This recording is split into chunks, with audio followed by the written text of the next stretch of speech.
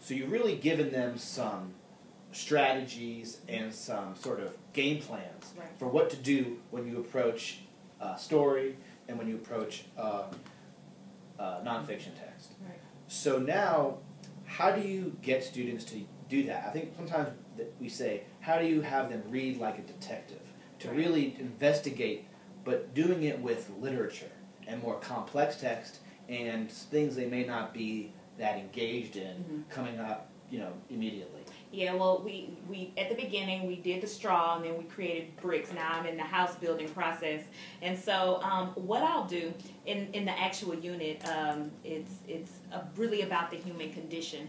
And I'll start with trying to get all of their senses involved at the same time. I'll show them a picture and say that this is about the human condition and ask them what will come to mind.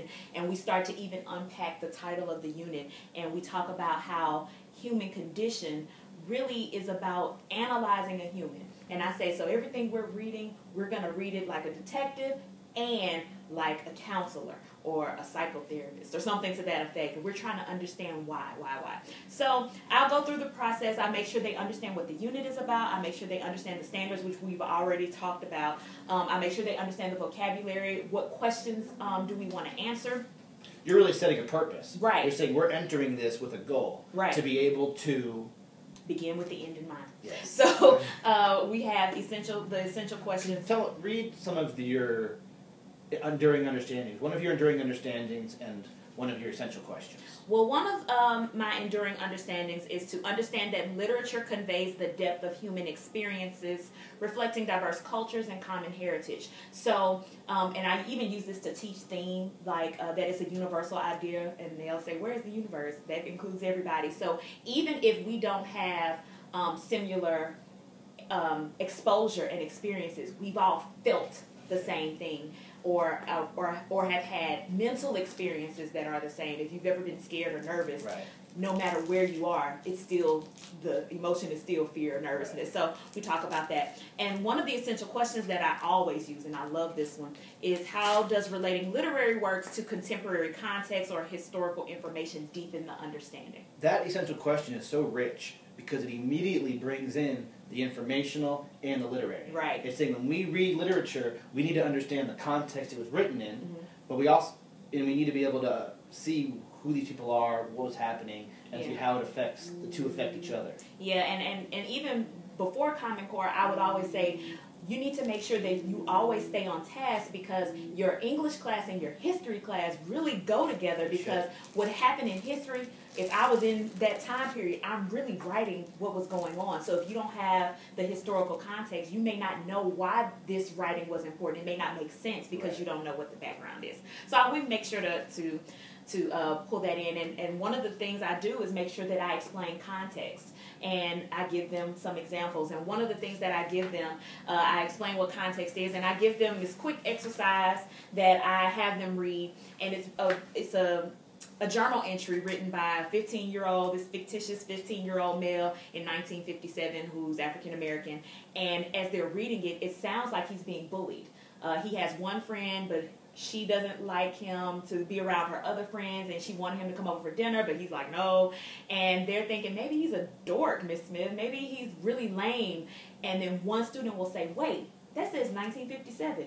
Yeah, it says 1957. It's like, well, wouldn't that have been around Jim Crow or something to that effect? And then they start to look at the text differently than they would have just wondering, is this kid who wrote this really lame? They say, no, he's not lame, he's scared. And so we start talking about context that way. So we can already get them thinking like a detective and reading like a detective. They have to think about it and what was going on at that time and use what they already know to apply to what they're reading. Right. So if they have that background, they can use their experiences to really look at the text in a deeper way. Do you have any visuals that you use to help them, maybe kids who struggle with reading, so they can sort of engage in the same type of activity? Yeah. Well, after we talk about it, and some kids may not get it, then I'll pull pictures. I'll pull pictures from offline, or Miss LaSage will bring in some of her own pictures, or even I have a few where I will show them what might have been the time period then, what may have been going on. And you can actually create this for any other subject matter. I use a 15-year-old black male in 1957 because it shows the demographic of who I'm teaching, because most of my school is black males. But you can tailor it to whatever your classroom maybe have exposure to. So I could use any number of things, and you can just change it however you want to teach the context. So it really works out. Now, what about helping with comprehension and understanding sort of what's going on in these stories and then thinking about it deeper? Right. So normally, leaving from the last thing that we talked about, I will move into the Telltale Heart, because the story that we were supposed to read last semester was The Hot Zone. And that was the one that was pushed out and everybody was going to read it. Well, my school didn't have it. So we had to come up with something. And I wanted to keep the same theme of analyzing human condition with what we had, and so we decided to read Telltale Heart. Now, most of the students may have already been exposed to it, which worked in our favor because we were going to approach it differently. And there's nothing wrong with rereading great literature. It's nothing wrong with it at all, especially if you can find a way to make it new. Exactly. Because they may have known what happened, but they may have not ever really analyzed the why, the why it happened. So we'll go through the Telltale Heart, and we'll read it and understand it, and then we'll start asking certain questions. So before we even started it, I got them prepared for it, going back through the informational text using 5W, 1H, who, what, when, where, why, and how, and making sure that they kept their same skills that we already talked about, and we would practice. So I gave them in their textbook a page like this that was on the Promethean board, and they had to use their textbook and read Edgar Allan Poe's biography like a detective.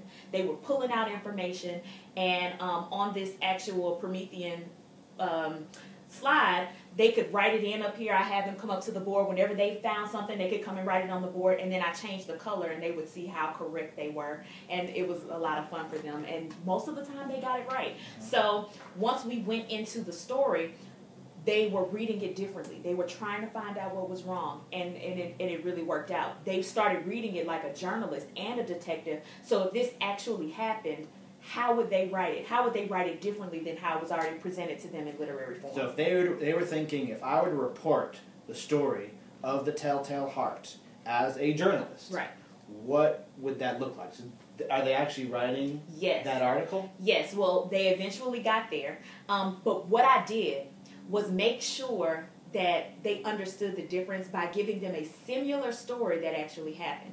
And because we're really dealing with the human experience and madness, I actually gave them the CNN article of the Dark Knight shooter.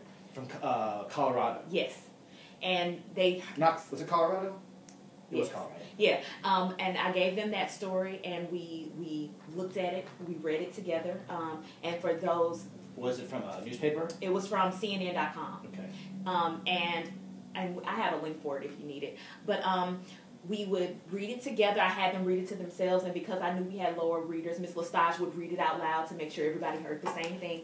And we analyzed it using the same process that we did for the Telltale Heart. And they found similarities between a narrator and an actual person, and they could still analyze human condition.